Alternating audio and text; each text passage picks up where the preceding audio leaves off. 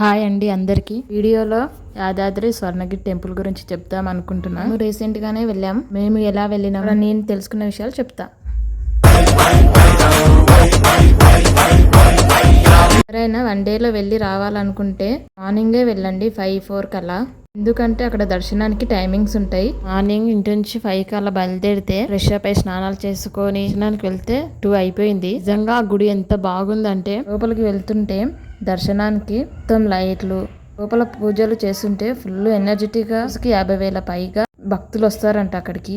కానీ అంతమంది ఉన్నా వాళ్ళైతే అసలు సౌండ్స్ ఉండవు, ప్రశాంతంగా దర్శనం జరుగుతుంది. నరసింహస్వామి ఒక గుహలో ఉంటాడు కదా, అయితే నరసింహస్వామిని కదిలించకుండా రోజు పూజలు చేసుకుంటూనే రీమోడలింగ్ చేశారంట ఆ గుడిని. ఆ గుడి చేసేటప్పుడు కేసీఆర్ అయితే ప్రత్యేకంగా వచ్చి చిన్నదానికి కూడా మళ్ళీ మళ్ళీ చూసి వెళ్ళిపోయేవాడంట. అక్కడ పాత నరసింహస్వామి టెంపుల్, ఆంజనేయ స్వామి టెంపుల్ కన్నే గుండం ఉంటది, దాని పేరు లక్ష్మీ పుష్కరిణి. అక్కడే విష్ణు పుష్కరిణి కూడా ఉంటది. అది అందులో ఉండే వాటర్ కేవలం స్వామివారికి మాత్రమే వాడతారంట. ఇంకా వ్రతాలు చేసుకోవడానికి 2 హాల్స్, అందులో అయితే 700కు పైగా వ్రతాలు చేసుకోవచ్చు అంట. అక్కడ రూమ్స్ కావాలనుకుంటే రూమ్స్ కూడా బుక్ చేసుకోవచ్చు. కింది నుంచి పైకి వెళ్ళడానికి ఫ్రీ బస్సులు కూడా ఉంటాయి. ప్రసాదం విషయానికి వస్తే అక్కడ 2 రకాలుగా ఉంటాయి. ఒకటేమో అభిషేకం లడ్డు, ఇంకా నార్మల్ లడ్డు ఉంటది. ఇంకా దాంతో పాటు పులిహోర కూడా ఉంటది. అయితే అక్కడ నుంచి ఇంకా స్వర్ణగిరికి వచ్చాం, దారిలో ఉంది కాబట్టి. నైట్ పూట వస్తే బాగుంటది, ఎందుకంటే మొత్తం లైట్స్ తోన భలే ఉంటది. గుడి యాదగిరి గుట్ట నుంచి 20 కిలోమీటర్లు, హైదరాబాద్ నుంచి 47 కిలోమీటర్లు ఉంటుంది. ఈవినింగ్ టైంలో వెళ్ళాం అక్కడికి. అక్కడ 180 మెట్లు, 10 మండపాలు, ప్రతి మండపంలో ఒక్కొక్క అవతారం ఉంటదంట వెంకటేశ్వర స్వామిది. మేము అక్కడ లోపలికి వెళ్తున్నాం కానీ ఫోన్లు అలో లేవు. ఇంకా అక్కడ జుట్టు కూడా కొప్పు కట్టుకొని వెళ్ళాలంట లోపలికి. ఎందుకో నాకు కూడా తెలియదు, మీకేమైనా తెలిస్తే కామెంట్ చేయండి. అక్కడ ఒక పెద్ద గంట ఉంటది, అది 1700 కిలోల కంచుతోనే ఏదో తయారు చేశారంట. నిత్య కళ్యాణ వేదిక అంట. ఒకసారి 1200 మంది స్వామివారి కళ్యాణాన్ని చూడవచ్చంట. మేమేంటంటే కారు పార్కింగ్ చేసి వెనకాల నుంచి వెళ్ళామన్నమాట, అందుకని ఫస్ట్ ఇదే చూపిస్తున్నాం. ఇక్కడ నుంచి వెళ్తున్నాం. కళ్యాణ వేదిక కింద ఉచిత భోజనశాల ఉంటుందంట.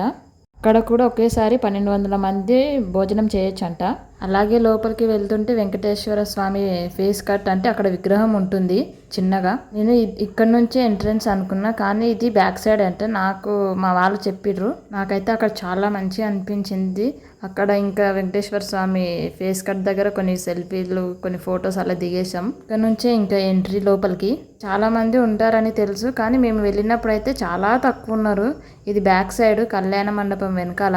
కళ్యాణ మండపాన్ని చూస్తుంటే బాహుబలి సినిమాలో కోటను చూసినట్టే ఉంది. మేము లోపలికి వెళ్ళి దర్శనం కాగానే ఈవినింగ్ అయింది, లైట్లు వేశారు. ఇది ఆంజనేయ స్వామి మండపం. ఈ మండపం 120 ఫీట్ల హైట్తోనే ఉంటది. ఆంజనేయ స్వామి విగ్రహం 30 ఫీట్ల హైట్తోనే ఉంటదంట. ఈ విగ్రహాన్ని ఏకశిల విగ్రహం అంటారంట.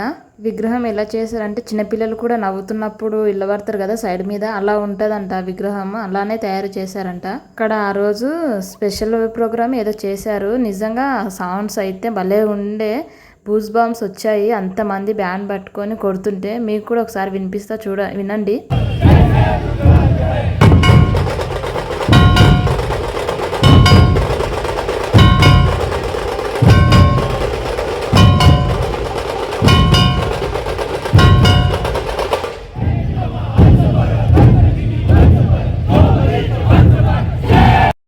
భలే ఉంది కదా సౌండ్, బ్యాండ్, అంతమంది, ఆ లైట్స్ భలే ఉండే. మాకైతే చూస్తుంటే ఇంకా అక్కడే ఉండాలనిపించింది.